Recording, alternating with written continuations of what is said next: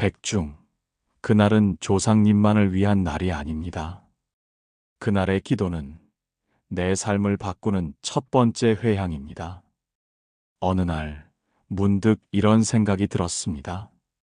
돌아가신 부모님은 우리가 자신을 기억해 주길 바라고 계실까? 매년 음력 7월 15일 우리는 백중 혹은 우란분절이라 불리는 날을 맞이합니다.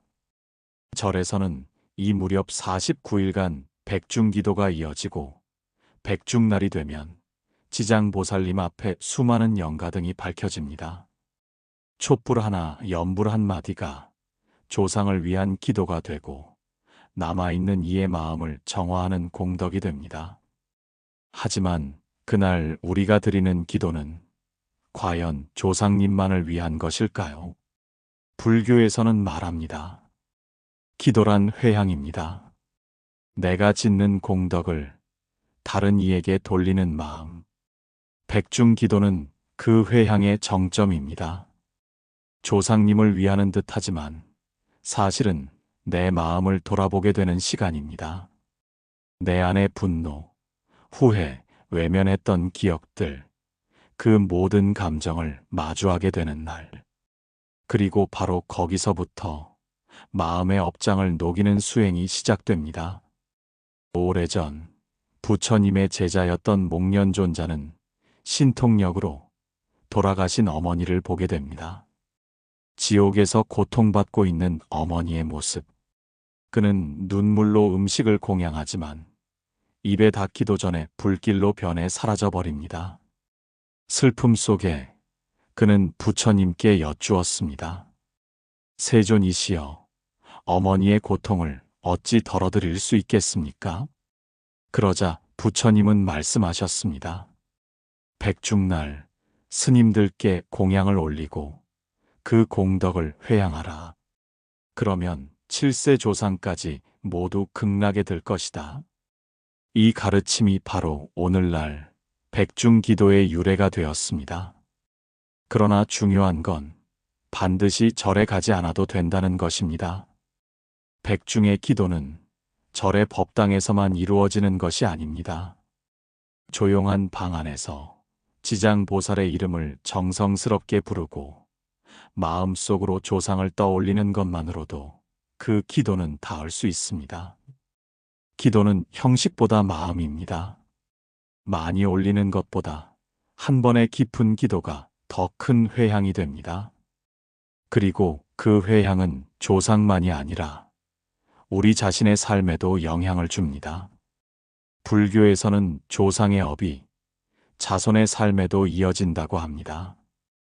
조상이 편치 않으면 자손의 삶에도 막힘이 생기고 조상이 편안해지면 그 흐름은 자연스레 복으로 바뀌어 우리 삶 속으로 흘러들어옵니다. 그래서 백중은 단지 제사의 날이 아니라 가장 깊은 효도의 날이며 또한 내 삶을 정화하는 기도의 날입니다. 내가 오늘 올리는 이 기도가 부모님의 극락왕생을 위한 인연이 되고 내 마음의 업장을 녹이는 첫 회향이 되기를 그렇게 마음을 모으는 시간, 그날이 바로 백중입니다. 이제 조용히 마음을 모아봅니다. 기억 속 그분들을 떠올리며 한 구절, 한 생각, 한숨의 기도가 그분께는 안식이 되고 나에게는 회향의 시작이 되기를.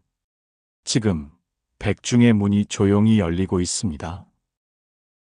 서울 근교의 한 작은 절에서 백중기도를 올리던 한 신도님이 계셨습니다. 그분은 백중 기간이면 항상 같은 자리에 앉아 조용히 입을 움직이며 경을 읽으셨습니다. 어느 날 한 스님이 조심스럽게 물었습니다. 신도님, 매년 같은 자리에서 어떤 기도를 하시나요? 그분은 잠시 미소를 머금으며 낡은 책 한 권을 꺼냈습니다. 그 책은 오래된 정토삼부경이었고 그 안쪽에는 이런 글귀가 적혀 있었다고 합니다. 어머니, 저는 아직도 그 이름을 읽을 때마다 울컥합니다. 제가 이 경전을 읽는 이유는 단 하나입니다. 당신이 부디 괴롭지 않기를. 백중날, 우리가 실천해야 할 첫 번째 회향. 그것은 바로 정토삼부경 독송, 즉 경전을 읽으며 업장을 녹이는 수행입니다. 조상을 위해, 그리고 내 마음을 위해 조용히 경전을 읽는다는 것은 불필요한 욕망과 분노를 비우고 고요한 복의 흐름을 받아들이는 일입니다.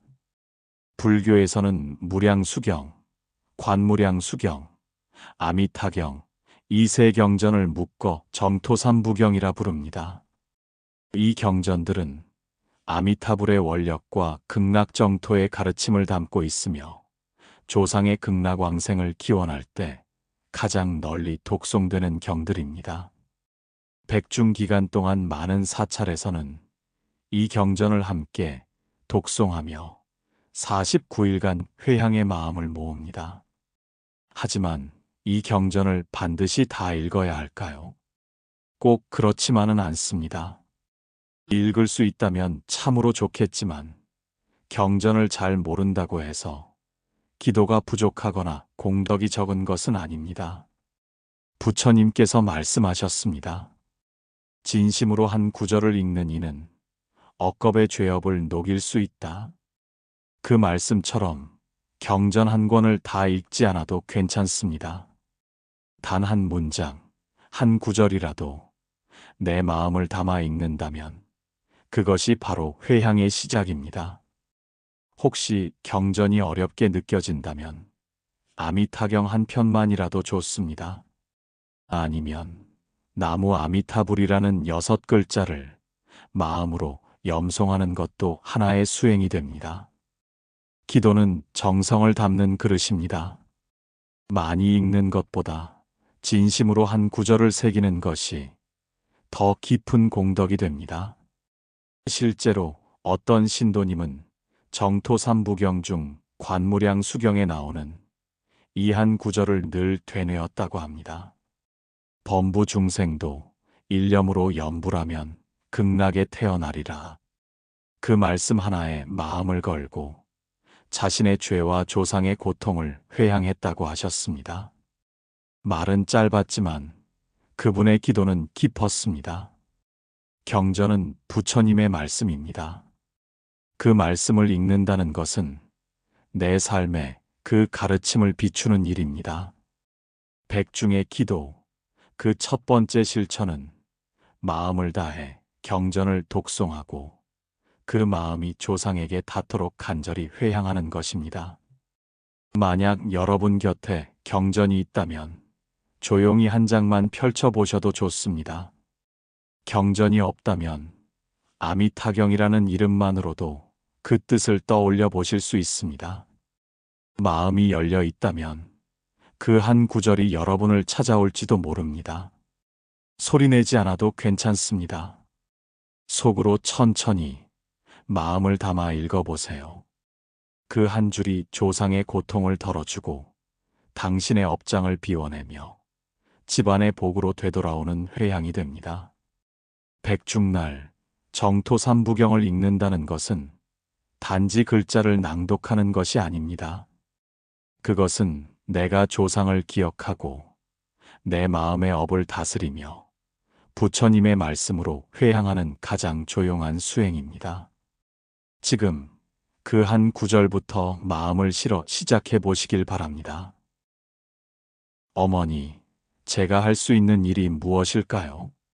정말 아무것도 못 해드렸는데. 그녀는 매일 저녁 창문을 열고 그렇게 중얼거리듯 기도하곤 했습니다. 어느 날 우연히 절에 들른 그녀는 법당에서 들려온 한 문장에 발걸음을 멈췄습니다. 지장보살의 명호를 염송하면 그 기도는 조상님께 전해지고 당신 마음에도 회향의 문이 열립니다. 그녀는 그날 이후 하루에 3번씩 나무 지장보살을 되뇌기 시작했습니다. 아침을 열며 점심시간 잠시 눈을 감고 잠들기 전 이불 속에서 처음엔 습관처럼 중얼거렸지만 어느 순간부터는 그 기도가 마음을 붙들었습니다. 어머니의 얼굴이 떠오를 때마다 죄책감보다 기도가 먼저 나왔고, 지장보살의 이름을 부르는 동안 마음속 허전함이 서서히 찾아들기 시작했습니다. 백중날, 우리가 실천해야 할 두 번째 회향, 그것은 바로 지장보살의 명호를 염송하는 것, 즉 나무 지장보살이라 부르며 마음을 모으는 염불수행입니다. 지장보살은 지옥 중생을 구제하겠다는 큰 서원을 세우신 분입니다. 지옥에 한 중생이라도 남아있다면 나는 성불하지 않으리라는 그 서원은 자식의 기도 하나에도 귀 기울이시겠다는 자비의 맹세입니다. 부처님께서도 지장보살 본원경에서 이렇게 말씀하셨습니다. 지옥에 빠진 중생의 자손이 지장보살을 염송하면 그 고통이 줄어들고 업이 녹아 사라지느니라.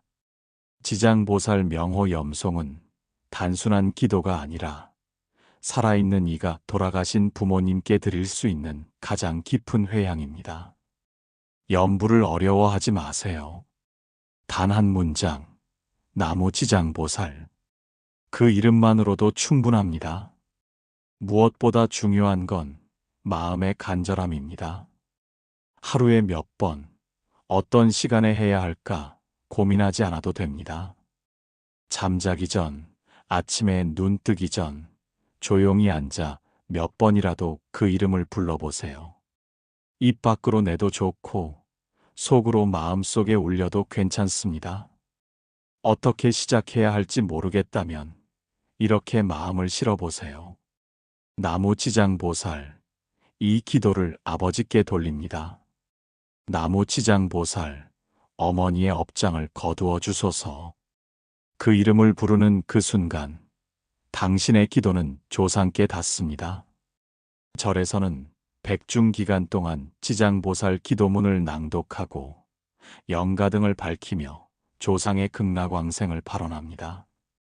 하지만 사찰에 직접 가지 못해도 괜찮습니다. 지장보살의 이름을 기억하고 마음을 담아 부른다면 그 자비는 이미 여러분의 마음을 향해 흘러들고 있습니다. 어느 집안의 노모는 백중이 가까워질 무렵 작은 염주를 손에 쥐고 하루에도 몇 번씩 그 이름을 염송한다고 합니다. 나무 지장보살, 나무 지장보살. 그렇게 부르며 마음에 남은 가족들의 이름을 하나씩 떠올립니다. 그리고 마지막엔 꼭 이렇게 속삭이듯 덧붙인다고 합니다. 이젠 내가 줄 수 있는 게 이것뿐이에요. 그래도 이것만은 꼭 닿기를 바랍니다.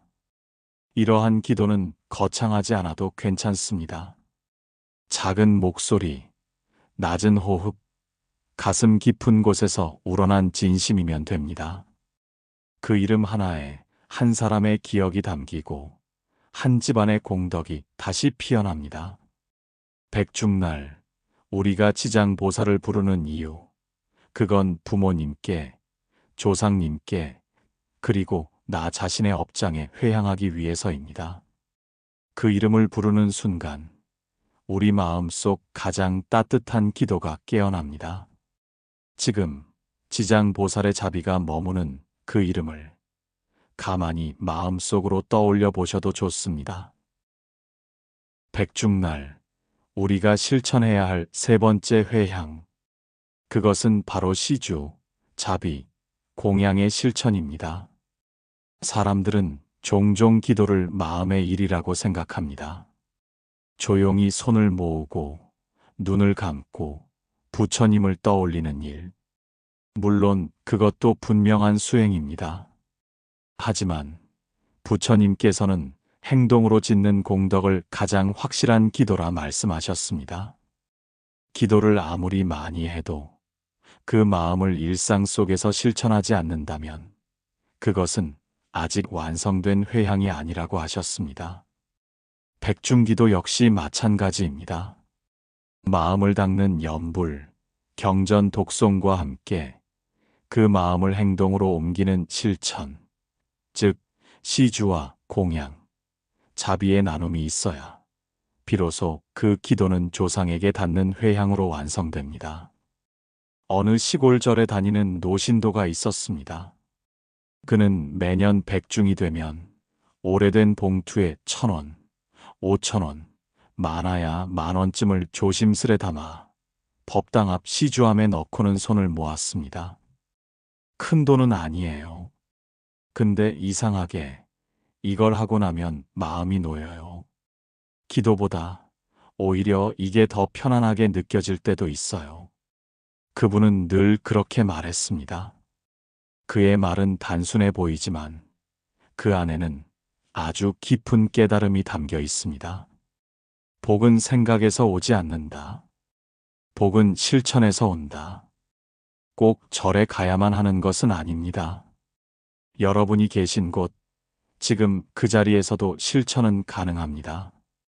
따뜻한 밥 한 끼를 차려 이 음식의 공덕을 조상께 회양합니다 하고 마음을 올리는 일, 어려운 이웃에게 익명으로 생필품을 보내는 일, 부모님을 떠올리며 자녀에게 따뜻한 말을 건네는 일, 이 모두가 업을 녹이고 복을 짓는 백중의 실천이 됩니다.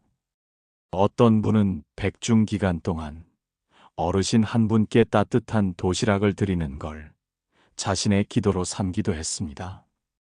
또 어떤 분은 어린 자녀와 함께 쓰지 않는 옷을 정리해 복지관에 기증하면서 이렇게 말했습니다. 이건 할머니, 할아버지를 위한 기도야. 이렇게 나누면 조상이 편안해지신대. 이처럼 복은 형식이 아니라 그 마음을 실천으로 옮긴 결과입니다. 불교에서는 시주와 공양을 육바라밀의 첫걸음이라 합니다. 보시바라밀이라고 하지요. 이 실천은 곧 나의 탐욕과 인색함을 비우는 수행이며 조상의 업장을 녹이는 가장 강력한 행위입니다. 사찰에서는 공양을 올릴 때 다음과 같이 발언합니다.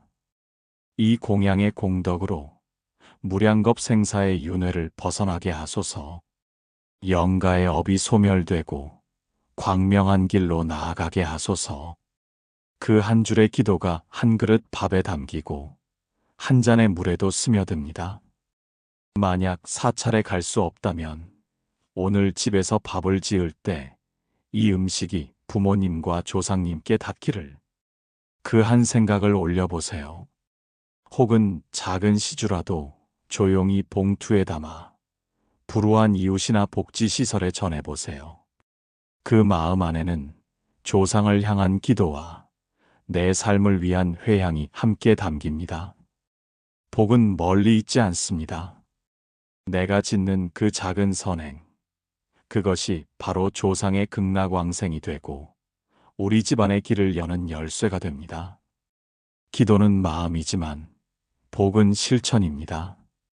지금 이 순간 당신이 짓는 그 복이 백중의 회향으로 피어나고 있습니다. 백중의 기도는 앞서 전해드린 3가지 실천만으로도 충분합니다. 경전을 독송하고 지장보살을 염송하며 자비와 공양을 실천하는 그 마음, 그것만으로도 회향의 문은 열립니다. 하지만 그 회향을 더 깊고 간절하게 만들 수 있는 단 하나의 정성이 있다면 그것은 바로 이름을 불러드리는 기도입니다. 여러분은 지금 마음속에 떠오르는 어떤 이름이 있으신가요?